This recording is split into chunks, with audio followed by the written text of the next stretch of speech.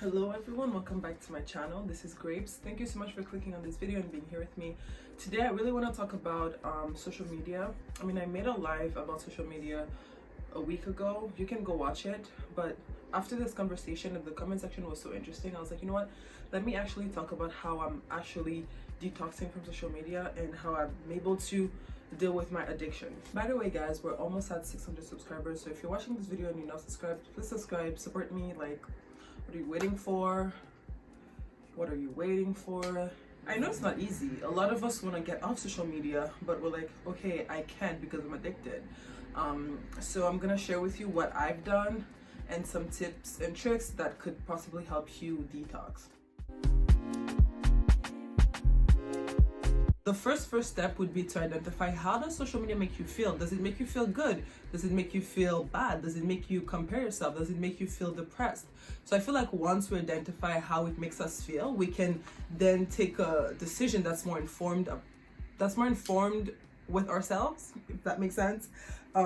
So for me, for example, it really triggers, I'm not doing enough, I should be doing this, I should be doing that, like my perfectionist side of myself and like my high achiever side.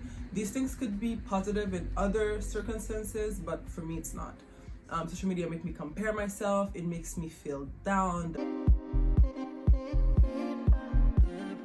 The next step would be to know which social media apps are the most problematic to you. Like, see, I'm not telling you guys, yeah, just go deactivate it, because it's a step, it's an addiction. Like, it's an addiction, and don't try to quit cold turkey, because listen, you're gonna jump back, because again, it's an addiction. Which social media apps are actually very detrimental to your mental health? It could be Instagram, it could be TikTok, it could be Twitter. For me, it's all of the above. But I first deactivated Instagram, and I've been often on Instagram since October 2020, but I deactivated really like a couple months ago. So Instagram really, for me, it was just boring on there, honestly. It's not even like, it wasn't affecting me mentally, but like, it was just boring. So for you, if it's Twitter, do what you gotta do. So I feel like once you identify, okay, how does social media make me feel, and then you identify the apps that are most detrimental to your mental health, then we can move to the actual steps and how to detox or slowly take care of the addiction. What I did is, I don't have any apps on my phone. Like, I don't have any, when I say apps, I don't have Instagram, I don't have Twitter. If I'm using an app, I just go on Safari or browser. So I feel like that's the first thing to take care of the addiction, because the app is designed to make us addict, to make us hooked. The notification, everything that's going on the screen, it's perfectly designed for you to stay on the app. So I feel like the moment you stop using the apps, you slowly start to be like, oh, like, I don't want to go today, or you forget about even going. And sometimes on Safari it has bugs, like it bugs, and like you can't see stories sometimes, and it's just slow. All of those things made me less prone to going on Instagram or Twitter.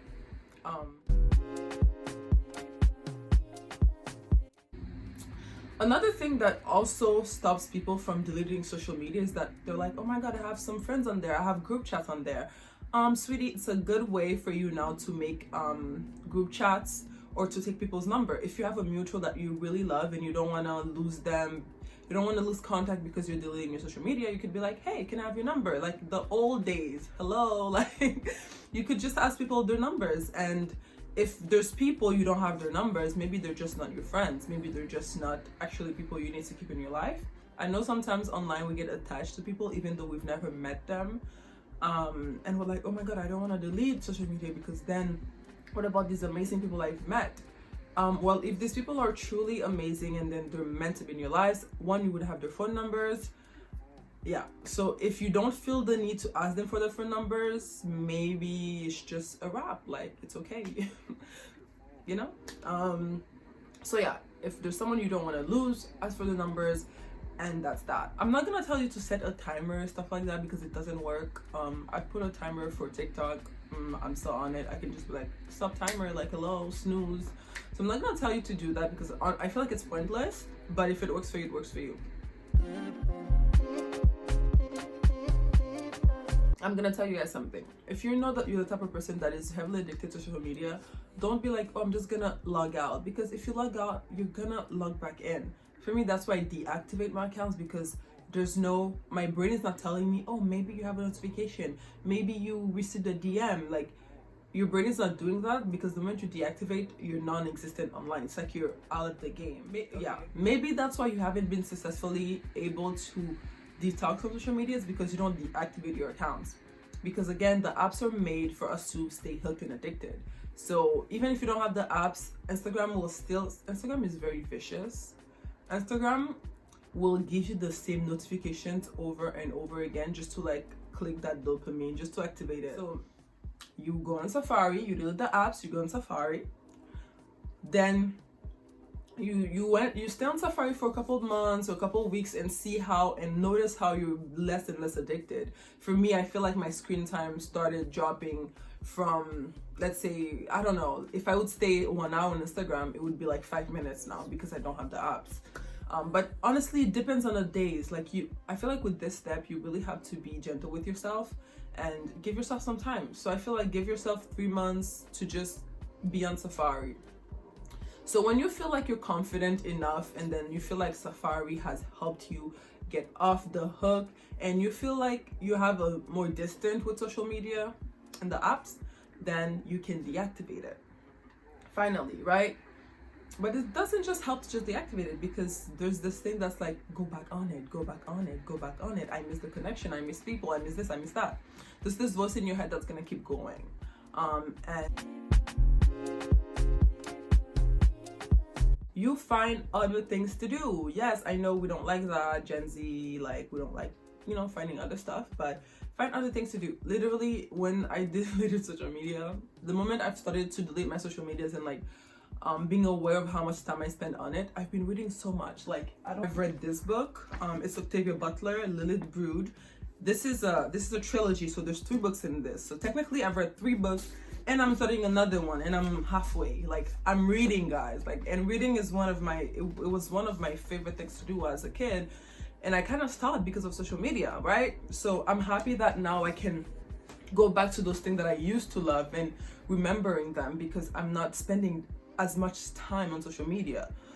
So I want to make a video about Octavia Butler, because she's amazing. I read this book. This book is amazing. Like, we're gonna talk about Lily's Brood. Okay.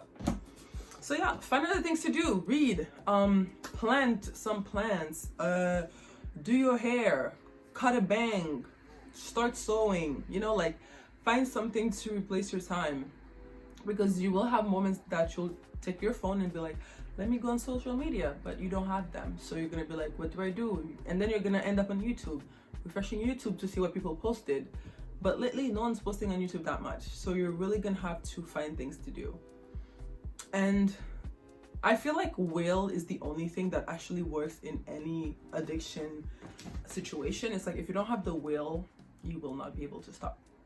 But honestly, what I've said in this video, it sounds simple.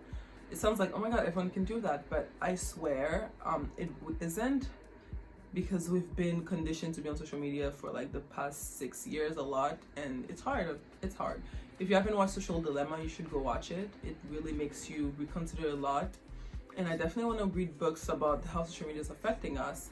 But to be honest with you, I don't know if I'm gonna not go back on it. I feel like I might reactivate my accounts, because I'm addicted and I'm not gonna sit here and be like, I left social media for 3 years or for a month, or like, I'm not gonna sit here and be like, I'm leaving social media forever, because I don't know. I might wake up one day and then the impulse is so hard that I log back on. But I just know that I'm gonna continue to fight and to find ways to be less on it and to take care of my mental health.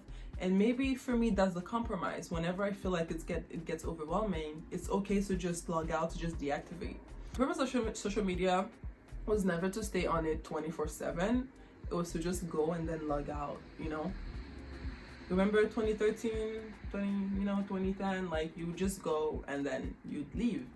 So I feel like that's maybe what my boundary could be, but in the long run, I would not want to have it. But it's really hard when all your friends have it and you see them on their phone scrolling, watching stories, or you see them, yeah, sometimes you miss it. And then especially me, I make YouTube and I'm like, oh, you know, I could really push my videos on the other platforms, but honestly, tell us in the comments, what are your tricks and what do you do to be less on social media? Let us know, let me know, maybe something could help me, and let's encourage each other. Let's do this together, okay? Because it's hard out there. It's hard.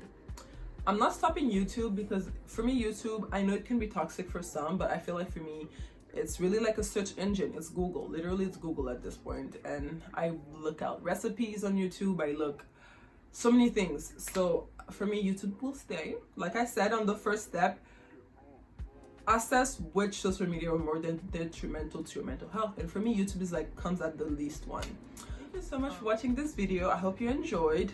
Maybe I'll make a part 2 if I forgot something. I feel like I probably forgot something. But for now, this is it. Thank you so much, and go pick up a book.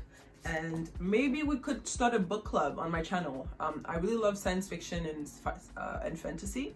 So if any of you guys love science fiction books and fantasy, maybe I could, you know, keep making books videos, because I've been reading a lot more.